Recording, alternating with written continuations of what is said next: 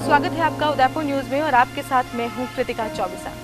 दोस्तों, उदयपुर न्यूज़ ने आपके मनोरंजन का हर संभव प्रयास किया है। इसी कड़ी में एक बार हम फिर हाजिर हुए हैं आपके सामने एक नए कार्यक्रम के साथ, जिसका नाम है शान-ए-मेवाड़। तो आइए आज आपको शान-ए-मेवाड़ में रूबरू करवाते हैं एक ऐसी शख्सियत से जिसने अपने नाम पर काफ़ी प्रसिद्धि पाई है अपने काम के साथ।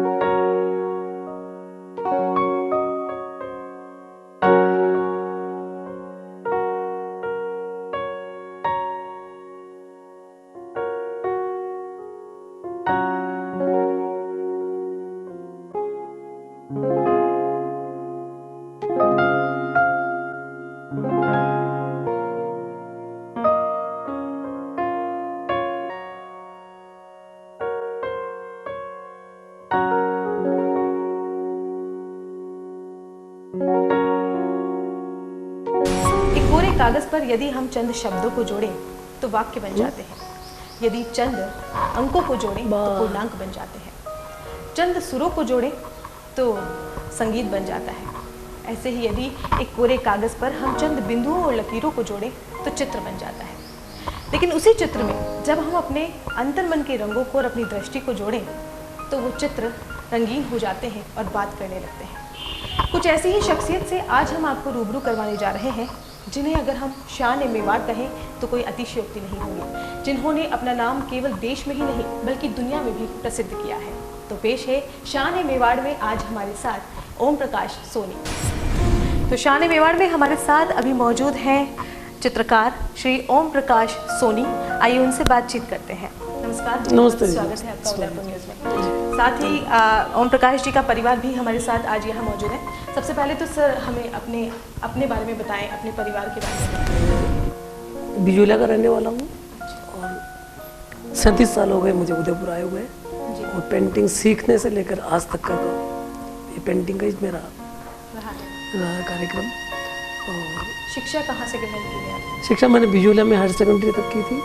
उसके बाद फिर यहाँ आ गया और मेरे गुरुजी हैं रमेश जी, जिनसे मैंने ये पेंटिंग सीखी थी, चित्रकारी सीखी थी और अभी तक कर रहा हूँ मैं। अच्छा, हमें बताइए कि किस तरह की पेंटिंग्स आप बनाते हैं और क्या रहता है आपका? मैं सभी तरह की पेंटिंग्स बनाता हूँ। वाटर कलर में भी बनाता हूँ, ऑयल में भी, तेल चित्र भी बनाता हूँ, पोर्ट्रेट्स भी बनाता हूँ और मिनीचर सभी शैलियों में कार्य करता हूँ। जितनी भारत की शैलियाँ उनमें सभी में मैंने कार्य किया है। और सभी शैलियों के जो पुराने प्राचीन चित्र हैं और 500 साल पुराना, 400 साल पुराना, 300 साल पुराना, 200 साल, 100 साल पुराने तेल चित्र, मिनीचर, उन सबका मैंने जीर्णोद्धार भी किया, रेस्टोर भी किया उनको। जो डैमेज हो गए थे या ख़राब हो गए थे उनको ठीक करने का काम भी किया मैंने। और ऐसे करीब 7,000 से 10,000 के बीच में चित्र मैंने ठीक किए हैं। ये भारत का रिकॉर्ड है। हमने सुना है आपके लिए कि जब जैसे हम बीमार होते हैं तो डॉक्टर के पास जाते हैं, लेकिन जब तस्वीरें बीमार होती है और खांसती है तो वो ओम प्रकाश जी के पास आती है। बिल्कुल सही बात बोली आपने। जो सभी जगह से, जयपुर से, दिल्ली से, बॉम्बे से, भारत में जहाँ से भी कोई डैमेज पेंटिंग है तो अधिकतर मेरे पास ही आती है और मैं उनको ठीक कर मैंने उनको बहुत सारी पेंटिंगों को, चित्रों को ठीक भी किया। पेंटिंग तो आपकी हॉबी रहा ही है, लेकिन इसके साथ साथ और क्या हॉबीज़ हैं आपकी? मेरी पेंटिंग ही है और ये पुराने महल, पुराने मंदिर, पुरानी वस्तुएं, एंटिक्स में जो चीज़ें आती है सारी, उन सब चीज़ों को देखने का भी शौक़ है और कलेक्शन का भी शौक़ है। आपको क्या क्या अवार्ड्स मिल चुके हैं अब तक? मुझे राज्य स्तर का अवार्ड मिला हुआ है, नेशनल अवार्ड मिला हुआ है, कालिदास अवार्ड वो मिला हुआ है और सप्तऋषि सम्मान मिला हुआ है संस्कार भारती की तरफ से। मार्डम अवार्ड का फाउंडेशन का सर्टिफिकेट मिला हुआ है, प्रशस्ति पत्र मिला हुआ है। किसी राजा से भी आपको उनकी उपाधि भी आपको दी गई है? अब मुझे राजा रविवर्मा से तुलना करते हैं जी, उनके चित्रों से तुलना करते हैं मेरे चित्रों की। ऐसा क्यों? वो तो बहुत महान आर्टिस्ट थे। उन्होंने उस समय में जो कार्य किया, तेल चित्र बनाए यूरोपियन प्रभाव वाले, पहले उससे पहले इतना सुंदर काम किसी ने किया नहीं था। वो एक विधा लेके आए थे। उस समय तो इतनी सुविधाएं भी नहीं थी, आज तो सभी तरह की सुविधाएं हैं, फोटोग्राफी के अलावा भी अनेक तरह की सुविधाएं, पर उस समय भी उन्होंने इतने श्रेष्ठ चित्र बनाए जो कालजयी चित्र कहे जाते हैं। उनसे मेरी तुलना तो नहीं हो सकती, वो तो बहुत बड़े महान आर्टिस्ट थे, मैं तो उनका एक तरह का अनुगामी हूँ, उनका अनुगामी हूँ, मैं तो उनका अनुसरण कर रहा हूँ। जैसे आपकी कोई ऐसी पेंटिंग जो आपके दिल के बेहद करीब है, जो आपको बेहद पसंद है? ये सभी चित्र मेरे को अच्छे लगते हैं, ये सब मैंने मन से बनाए हुए, मेरी भावनाओं से बनाए हुए हैं, सभी मेरे निकट है, सभी मेरे लिए अच्छे हैं। आज भारत में काफ़ी सारी विधाएं रही हैं, काफ़ी कलाएं रही हैं, लेकिन कहीं ना कहीं पिता से पुत्र तक वो कभी कभी नहीं पहुंच पाती जी जी, और वो वहीं पर खत्म हो जाती है जी। तो आपका क्या मानना है इस चीज़ को लेकर? ये तो परंपरा से चलती आई है, तो आगे भी चलनी चाहिए और लोगों को इस फील्ड में आना भी चाहिए। अब आजकल बहुत कम लोग आते हैं इसमें, मिनीचर में और फाइन आर्ट में तो बहुत कम लोग कर रहे हैं, तो उनको करना चाहिए। और परिवार में कोई ये कार्य करता है तो उनके पुत्रों को और इनको भी देखना चाहिए। आपने परिवार की बात की, मैं आपसे जानना चाहती हूँ कि किस तरह से सपोर्ट आपको परिवार से मिला, क्योंकि एक कलाकार को काफ़ी सारी मुश्किलें सहन करनी होती मुझे मेरा परिवार ऐसा मिला है कि वो मेरे किसी भी मामले में कोई दखल नहीं देता है, मैं जो चाहता हूँ मन के मुताबिक ही करता हूँ। अच्छा। और मेरे को उन्होंने सभी तरह की सुविधाएं भी दे रखी है, मेरे को किसी भी पारिवारिक मामले में भी नहीं ले जाते हैं। अच्छा। मैं जाना चाहूँ तो मेरी इच्छा, नहीं जाना चाहूँ तो मेरी इच्छा। मैं मेरे काम में मग्न रहता हूँ, मैं अभी भी 10-12 घंटे काम रोजाना करता हूँ जी। और मेरे परिवार वाले मुझे कोई डिस्टर्ब नहीं करता है, बिल्कुल, बहुत अच्छा, व्यवधान नहीं डालते कोई। सर क्या आप ये चीज़ें सिखाते भी हैं? जी बिल्कुल बिल्कुल सिखाते हैं। मैंने 20-25 स्टूडेंट भी तैयार किए हैं जो आज भी ये कार्य कर रहे हैं। आपका कोई स्टूडेंट जो आज अच्छे मुकाम पर है या ऐसी कोई पेंटिंग्स बनाकर उसको सेल करता है? हाँ, सभी बनाते हैं और अभी बिजनेस के रूप में वो कर रखे, सभी करते हैं, लगभग 10-20 जने तो करते ही हैं अभी भी। आप पेंटिंग्स को जीर्णोद्धार करते हैं, उसमें रंग डालते हैं, तो क्या चीज़ें होती हैं जो आपको ध्यान रखनी होती है, क्योंकि कारण ये है कि उसका मूल रूप कहीं खत्म ना हो जाए? जी जी जी बिल्कुल। भारत में जो जितनी भी शैलियाँ हैं उन सब में अलग स्टाइल में काम हुआ, अलग रंग काम में आए, तो उन सब का ध्यान रख के उसी तरह के कलर रंग तैयार करके फिर उनका रिस्टोर किया जाता है, उनसे रिस्टोर करते हैं। जैसे किसी में खड़िया काम में आई है तो किसी में जिंक ऑक्साइड वाइट सफ़ेदा काम आया है, तो किसी में हिंगलू काम आया, तो किसी में लाल रंग दूसरा कोई लाख वाला रंग काम में आया, तो वो सबका ध्यान रखना पड़ता है कि इसमें कौन सा कलर लगा हुआ था, फिर वैसे ही कलर तैयार करके उसी से उसको ठीक करते हैं। क्या वजह रही कि आप पेशे से सोनी हैं, लेकिन उसके बावजूद भी आपने रंगों में सोने को तलाश किया? हाँ, ज्वेलर तो मेरे पिताजी भी ज्वेलरी थे, हमारा पुश्तैनी काम तो यही है, लेकिन मेरी रुचि शुरू से पेंटिंग मेरे चित्रों में रही है, इसलिए मैं इस फील्ड में। मेरे पिताजी भी करते थे, पेंटिंग का नहीं करते थे, वो ड्राइंग बनाते थे और ड्राइंग मैंने उन्हीं से सीखा। ज्वेलरी की ड्राइंग बनाते थे? ज्वेलरी की ड्राइंग बनाते थे, दूसरी भी बनाते थे। अच्छा। दूसरी भी किसी भी चित्र को देख के वैसा का वैसा बना देते थे ड्राइंग में, तो ड्राइंग मैंने उनसे सीखा था। तो शौक बचपन से ही रहा है? बचपन से शौक रहा। फिर गुरुजी मेरे रमेश जी थे, उनसे मेरे ये शिक्षा पाई है उदयपुर में। अच्छा। तो वो अभी मेरे गांव बिजुला में विराजते हैं। तो हम देखना चाहेंगे आपकी किसी पेंटिंग को और जी, देखना बिल्कुल, चाहेंगे कि कैसे जीर्णोद्धार करते हैं आप किसी जी पेंटिंग जी बिल्कुल बिल्कुल। ओम प्रकाश जी को हम पेंटिंग बनाते हुए ज़रूर देखेंगे, लेकिन फिलहाल यहाँ पे आपको कई सारी पेंटिंग्स नजर आएगी जिसके बारे में हम ओम प्रकाश जी से जानते हैं कि क्या स्पेशलिटी है किस पेंटिंग की। सर बताएं हमें। ये वाटर कलर में है और ये श्रृंगार के अंतर्गत आती है। जी, श्रृंगार रस है इसमें। जी हम्म। ये क्रीड़ा। अच्छा जी। ये बूंदी शैली के हाथियों का है और ये एक ही कलर में बने हुए हैं। इसी तरह से ये भी है प्रतीक्षा। प्रतीक्षा करते हुए ये पेंटिंग। जी, ये भी क्रीड़ा है, ये श्रृंगार है, ये भी श्रृंगार के अंतर्गत है। ये तेल चित्र है जिसको हम ऑयल पेंट कैनवास पे, खूबसूरती से इसे बनाया है कैनवास आपने। पे। ये तेल चित्र है? हाँ, कैनवास पे। ये क्या है? ये वाटर कलर में है और ये एक पुराने मंदिर का है अभी जो आप अपनी स्क्रीन पर तस्वीर देख रहे हैं ये काफ़ी पुरानी बताई जा रही है। इसके साथ ही इसके पास में एक और तस्वीर लग रही है, वो भी काफ़ी समय पुरानी तस्वीरें हैं। तो ओम प्रकाश जी से जानते हैं इन तस्वीरों के बारे में। एकलिंग जी की ये तस्वीर है। एकलिंग जी के महंत जी इधर ये चंवड़ लेके खड़े हैं, इधर महाराणा शंभू सिंह जी खड़े हुए हैं। ये करीब 250 साल पुरानी, 150 से 250 साल पुरानी पेंटिंग्स है और ये उसमें स्टोन कलर में बनी हुई है, गोल्ड का सुनहरी काम भी हो रहा है इसमें। और ये अपने मेवाड़ शैली की पेंटिंग है। इसी तरह ये शिव परिवार है, इसमें शिव जी और माता जी पार्वती जी, उनके भैरव ये खड़े हुए हैं। ये भी मेवाड़ शैली की है और ये भी स्टोन कलर में बनी हुई है और ये करीब 150 साल के लगभग इसका भी पीरियड है। तो बहुत बहुत स्वागत है आपका सूरज जी उदयपुर न्यूज़ में। Thank you. हमें बताइए कि कैसा लगता है आपको? प्राउड फील होता है कि इनके बेटे हैं और जिस तरह से पापा हर तरह का काम करते हैं, रेस्टोरेशन और हर तरह से, और जगह जगह से जो सारा हर तरह से जो विशेष मिलती हैं कि आपके पापा बहुत अच्छे काम कर रहे हैं और इसको बहुत सालों तक आप इसको संभाल रहे हैं। आपके फादर जिस तरह से रेस्टोरेशन का काम कर रहे हैं, तो अच्छा लगता है, एक प्राउड फील होता है कि दुनिया भर से लोग जब मैसेजेस करते हैं, विशेष करते हैं, तो अच्छा लगता है हर तरह से। आप क्या करते हैं? मैं पापा के साथ ही हूँ। पापा जिस तरह से पेंटिंग्स वगैरह बनाते हैं तो सोल्ड आउट और गैलरी रन करता हूँ, पूरी पेंटिंग यही मैं करता हूँ। अच्छा, तो मतलब ये विधा आप में भी है, फादर से आपने सीखी है ये चीज़ें? छोटे छोटे स्केचेस वगैरह ये ज़्यादा तो नहीं, बट हाँ फैमिली में अगर जनरेशन टू जनरेशन की बात करें तो मेरा छोटा भाई है उत्तम सोनी, जो भी बेंगलोर में है, वो जॉब में है। अच्छा। तो वो करता है, तो he is like my father, वो बिल्कुल पापा की तरह ही है, तो काफ़ी अच्छा काम करता है वो भी। और मेरा जो काम है वो पेंटिंग गैलरी रन करना और इस तरह से। आपके संग्रहालय में हमने एक माता अम्बे की तस्वीर देखी है, काफ़ी खूबसूरत है। ऐसा लगता है जैसे बखूबी उन्हीं को आपने वहाँ बिठा रखा हो। तो क्या कहना चाहेंगे, वो तस्वीर आपने कैसे आपके जहन में आई और क्या विचार रख के आपने बनाई? जी, ये मैं माता जी के मंदिर के पीछे मेरा मकान है और माता जी के मंदिर में रोज़ाना मेरा आना जाना होता है, उनके दर्शन करने के लिए जाता ही हूँ। उनका एक 60-70 साल पुराना चित्र मेरे हाथ लगा, ब्लैक एंड वाइट, जिसमें उनके पूरी ज्वेलरी पहने हुए था।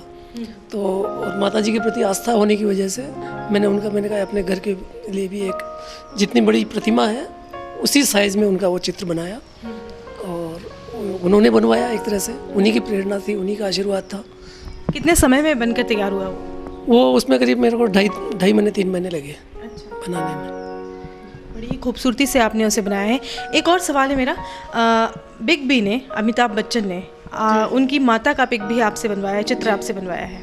हाँ, उनका चित्र मैंने बनाया था, वो उनको दिया भी था, उनको ले जाके, और उनको पसंद भी आया था, उनकी प्रशंसा भी की थी। उन्होंने अपने ब्लॉग पे भी उसका वर्णन किया था। वो कैनवास पे था, कैनवास पे ऑयल तेल चित्र था वो भी। तो ये दोनों आपकी बेहतरीन कलाकृतियों में से एक है? नहीं, कलाकृतियाँ तो सभी बेहतरीन है, पर माता जी का चित्र और जगदीश जी का चित्र जैसे ये बना हुआ बड़ा, ये मेरे मन के भाव थे जो उनको उकेरा था मैंने कैनवास पे, और उनकी प्रेरणाएं थी, उनके आशीर्वाद थे जो उन्होंने बनवाए। अभी हम पहुंच चुके हैं उस कक्ष में जहां पर ओम प्रकाश जी कैनवास पेपर पर बेहतरीन तस्वीरों को बड़ी ही बारीकियों से और खूबसूरती से उतारते हैं। तो आइए सबसे पहले जानते हैं ओम प्रकाश जी से कि किन रंगों का आप इस्तेमाल करते हैं। हम यहाँ पर ये देख रहे हैं कि ये सीप पड़ा हुआ है। जी, तो ये शीप में हम ये कलर इनको गोट के पीस के या घिस के तैयार करके फिर सीप में ले लेते हैं। इसमें सुरक्षित रहते हैं, जब भी ज़रूरत पड़ती है इसमें पानी मिलाया और इनको गोट के गोंद मिला के फिर पेंटिंग में काम में लेते हैं। जी, ये ब्लैक कलर, काला कलर है जो उससे बनता है काजल से, दीपक जला के काजल बना के फिर ये नारियल के अंदर का पीछे का खोल होती है, उसमें इनको ले लेते हैं, ताकि इसमें जब भी ज़रूरत पड़ती है इसमें पानी डाला, गोंद मिलाया और काम में ले लेते हैं ऐसे गोट के। रंग इसमें सुरक्षित रहते हैं? रंग इसमें सुरक्षित रहते हैं, पपड़ी नहीं पड़ती। ये रंग, ये ऑरेंज कलर है और ये हड़ताल है, काफी येलो पीलो कलर, इसमें मरकरी होता है, पारा मिला हुआ होता है। ये हिंगलू लाल कलर है जो इस सीप में बना हुआ यही कलर है। इसको पीस के घोट के या घिस के तैयार करके सीप में ले लेते हैं। ये भी ऑरेंज कलर है। ऐसी कोई पेंटिंग हम देखना चाहेंगे जो अभी आप हमारे सामने बनाए, हमारे दर्शक जरूर देखना चाहेंगे जी, तो आप बताएं। बिल्कुल।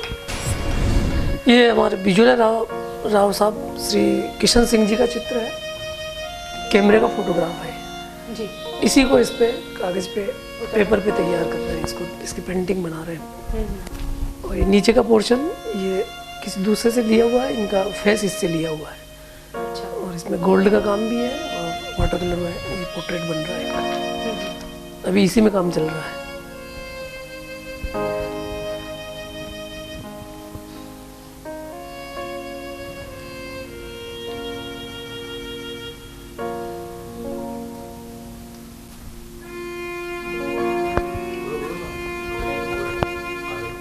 क्या चीजें हैं सर जो इतनी बारीकियों में ध्यान रखने के लिए होती हैं?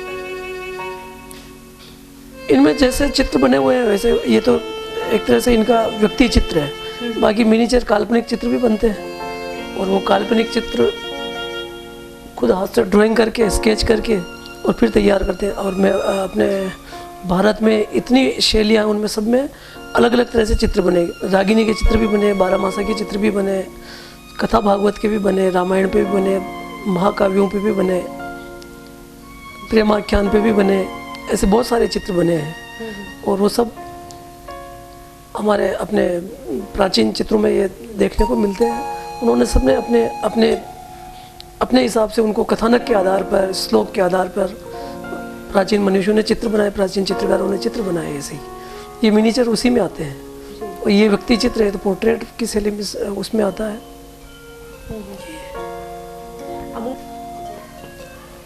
अमूमन एक चित्र बनाने में कितना समय लग जाता है लगभग? चित्र की उस पे भूमिका पे, कथानक पे पता चलता है। जैसे पोर्ट्रेट, इस पोर्ट्रेट को बनाने में करीब 10 से 15 दिन लगते हैं। अच्छा। और यही ग्रुप वाला हो तो उसमें 20 दिन 25 दिन भी लग जाते हैं, अगर एक से ज़्यादा फिगर हो उसमें। ये जैसे ये है तो इसमें भी 20 दिन के लगभग लगते हैं कंप्लीट होने। ये तेल चित्र है। एक और बात जानना चाहेंगे हम आपसे, भारत में इन तस्वीरों की क्या कीमत होती है? और अगर बात करें विदेशी सैलानियों की, तो उदयपुर चूंकि एक पर्यटन नगरी है जी, तो यहाँ पर्यटक की दृष्टि से अगर देखा जाए जी, और अगर यहाँ के लोकल लोगों की दृष्टि से देखा जाए तो क्या रहता है? नहीं, विदेशों में इनकी डिमांड है खूब। विदेशी लोग इनको पसंद भी करते हैं। एक भारत की शैली है, भारत की शैली के चित्र यहाँ से वो खरीद के भी ले जाते हैं। और बहुत सारे आर्टिस्ट इस कार्य में लगे हुए हैं अभी भी। शोरूम वाले भी, गैलरी वाले, आर्ट गैलरी वाले आर्टिस्टों से बनवाते हैं और वो विदेशों में बेचते हैं। तो आपकी जो चित्र हैं वो उदयपुर में कहाँ कहाँ लगे हुए हैं? भागोरी के हवेली म्यूजियम में लगे हुए हैं, मेरे पोर्ट्रेट बनाए हुए हैं, 4 पोर्ट्रेट। उदयपुर के पैलेस में भी लगे हुए हैं और सैलिंगबाड़ी में जो भी म्यूजियम बना उसमें भी है पोर्ट्रेट मेरा। और आर्ट गैलरी में भी है, उदयपुर में जो आर्ट गैलरी है उसमें 2-4 आर्ट गैलरी में भी चित्र लगे हुए हैं। निजी कलेक्शन में भी है। युवाओं के लिए क्या कहना चाहेंगे आप जो चित्रकला में अपनी रुचि रखते हैं? उनके लिए तो यही है कि उनको अच्छे से अच्छा काम करने की कोशिश करनी चाहिए। जल्दबाजी में काम नहीं करके अच्छे से अच्छा कार्य करें, उसमें और ज़्यादा प्रगति, और ज़्यादा सुधार करें, और ज़्यादा कुछ काम करें। ये भारत की कला है, मिनीचर कला, और ये भारत के अलावा और अन्य किसी देश में नहीं है। ये एक हमारे देश की महानता है, यूँ समझ लो, ये हमारा गौरव है। और इसमें जितना ज़्यादा खोज भी करनी चाहिए, कलर रंगों की खोज भी करनी चाहिए, उनके बारे में जानकारी भी प्राप्त करनी चाहिए कि भाई कलर पुराने समय में लोग कैसे कलर रंग तैयार करते थे, और उसी विधा में काम करें तो और भी ज़्यादा अच्छा होगा। ये हमारी परंपरा से प्राप्त हुई एक धरोहर है और ये तो सुरक्षित रहनी चाहिए। क्या स्कोप रहता है सर इसका? स्कोप तो है इसका, पर अब आजकल कोई इसमें आते नहीं है, कम लोग आ रहे हैं। इसलिए कहना चाह रही हूँ कि उन बच्चों को क्या कहेंगे आप कि वो इस क्षेत्र में रुचि रखें, कैसे उन्हें आप प्रभावित करें? ये तो उनके ऊपर ही निर्भर करता है। किसी को लगन होती है, मन से सीखने की भावना होती है तो वो अपने आप ही आता है इस फील्ड में, और जिसमें लगन और भावना होगी वही सीखेगा, बाकी वो सीख भी नहीं सकता। और इसमें तो समय देना पड़ता है। आप कितना समय देते हैं रोज पेंटिंग के? मैं अभी भी 8 से 10 घंटे काम करता हूँ। 8 से 10 घंटा जी। तो आज दोस्तों शान मेवाड़ में हमने आपको रूबरू करवाया ओम प्रकाश जी से, जहां हमने जाना उनकी तस्वीरों की बारीकियों के बारे में। उन्होंने बताया कि युवाओं को किस तरह से यहाँ आना चाहिए और इस फील्ड में अपनी अगर उनकी रुचि है तो उन्हें अपना भाग्य ज़रूर आजमाना चाहिए। शान बिवाड़ में आपको हम रूबरू करवाएंगे कुछ ऐसी ही शख्सियतों के साथ। फिलहाल इजाजत दीजिए कृतिका चौबीसा और पूरी न्यूज़ टीम को।